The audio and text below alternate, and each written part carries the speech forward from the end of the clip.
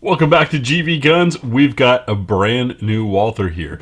This is the CCP M2. What do you think they changed? That's what's coming up next on GBGuns.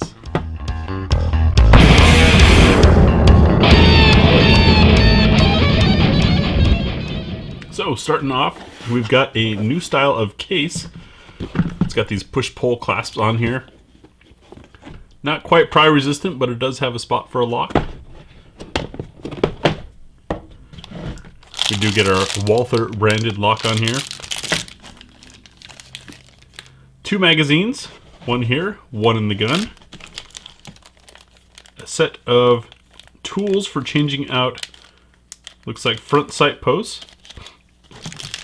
Do have some good news though. You notice there wasn't a tool for takedown. That's one of the changes they made.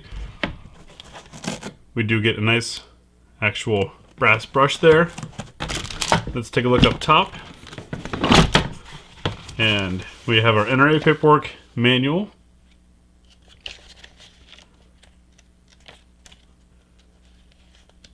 Clear renderings. Let's get this out of the way and take a look at the gun. So the CCP is a single stack, 9mm. Excellent magazine ejection. Love Walthers for that. Look at that. That is enthusiastic. Single stack 9. What makes it different, and you notice it's a bit larger than say the PPS M2, is it's got a piston in it that helps with delaying the opening. Notice the barrel is fixed. So it's a piston delayed system for blowback, which helps lessen the recoil. So it's a softer shooter and large enough to be comfortable to get your hands on. So you've still got the slimness of a single stack, but enough to get your hand on it, and the piston system to reduce recoil, which makes it a good gun for new shooters or those who are still learning. It's got an external safety, which new shooters and those learning prefer. I don't blame them. It's got a striker indicator to let you know when it's cocked. Cocked, not. So seems like it's ideal for new shooters. The problem with the original CCP, or not problem, but deterrent, is that it required a tool for takedown. And that was something that made newer shooters a little hesitant or less confident with the gun. Plus, it's kind of annoying to need a tool, quite frankly. Walther has changed that with this new M2. So that's the main difference. Let's do our normal look around the gun though. Start off at the front. We've got a stainless barrel, slide to frame fit, very solid. Squared off end here. Do have some rail slots. Of course, the Walther banner and plenty of serrations for press checks up front. Serration on the front of the trigger guard, which also has a slight scoop to it for those who like to have their other finger up front there. You notice plenty of radius underneath the trigger guard here so that even my large banana hands fit comfortably on this gun. Smooth side, no memory points. The trigger is polymer and serrated. We'll take a look at that trigger pull. This does have to go all the way back to cock, I've noticed. Kind of slides through, not really a clean wall. Let's, maybe it's there? Yeah, that's it. So it's going to take a little bit of learning. The reset is out there.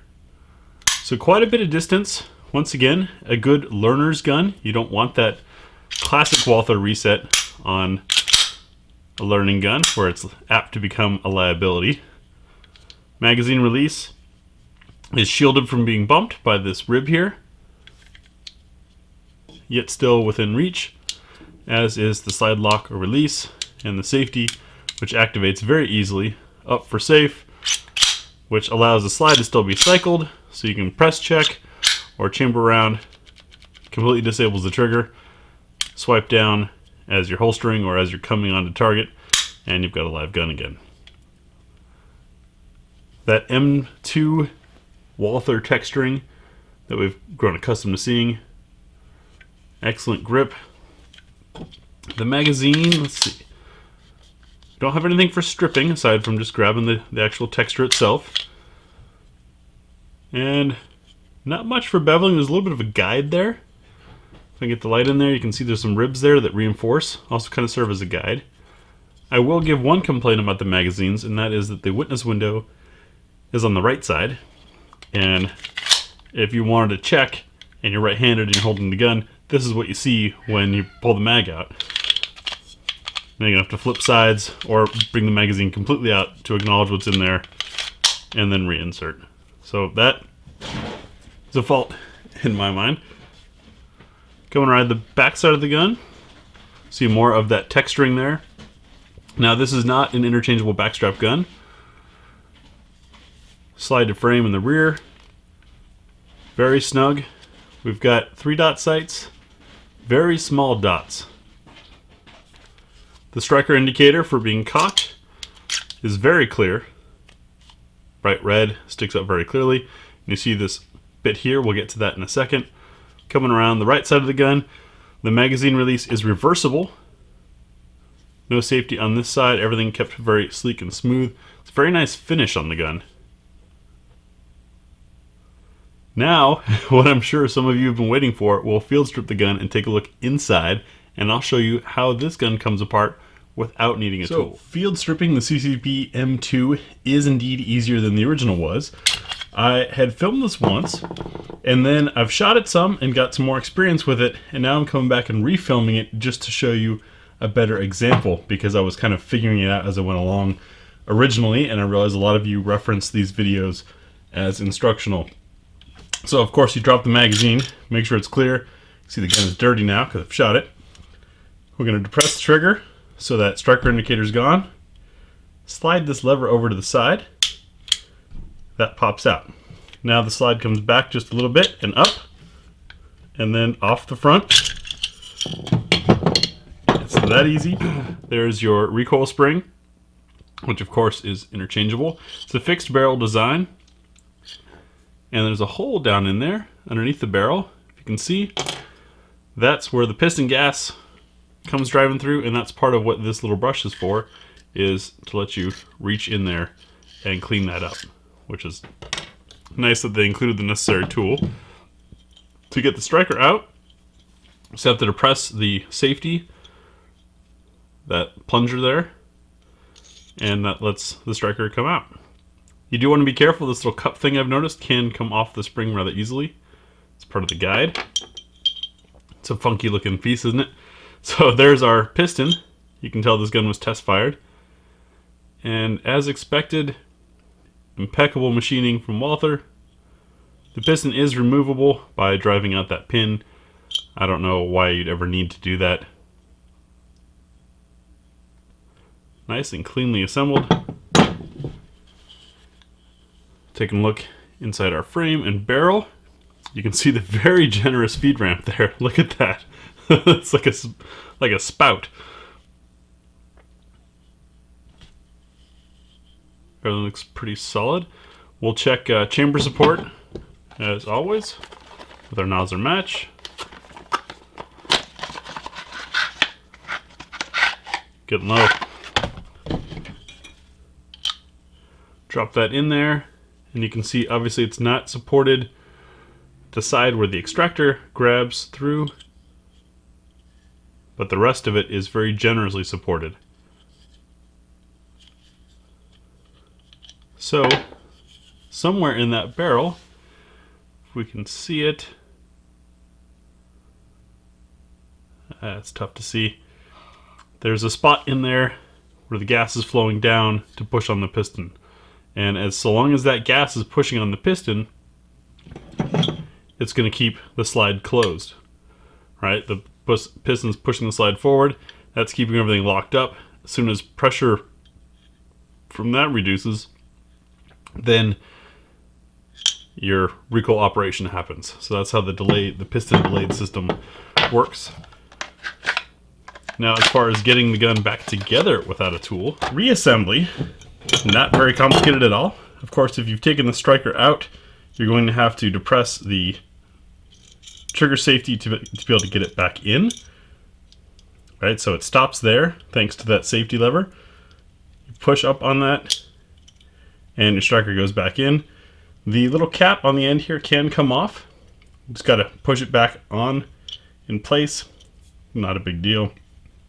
Now the tricky part with getting it back together is simply that you have to align the piston with its home down inside there. I had originally thought that maybe holding it vertical would be fine, and then just swaying the slide to get the piston line up. Actually, I found it's a lot easier coming at it sideways like this. You just slide back on while looking down in to get the piston lined up. This is really tricky on camera because I have to keep things in view for y'all while I try to look. There we go. Now the piston is fit in its hole. We come back a little bit. The slide comes back down and on. Tuck the striker spring in and then push this back in until it clicks. Now we can do a functions check. The striker reset, pull the trigger,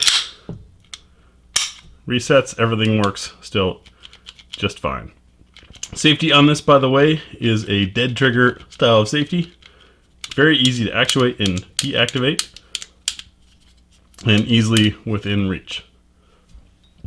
So, that's the CCP M2.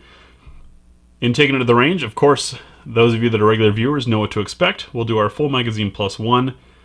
Also, the What's for Dinner test, which I'm very curious with this piston system, what pressures are ideal for it. So I'll try to remember to comment on how the recoil feels as I cycle through those different rounds from 165 grain down to 65 grain. Aluminum, steel, and brass casing, some nickel plated, some regular brass. And then of course field accuracy, 5 shots from 7 yards with the nozzler match and these sights. You will notice a bit of space on the sides of the front sight post there. That's great for being able to still see your target while you're aiming.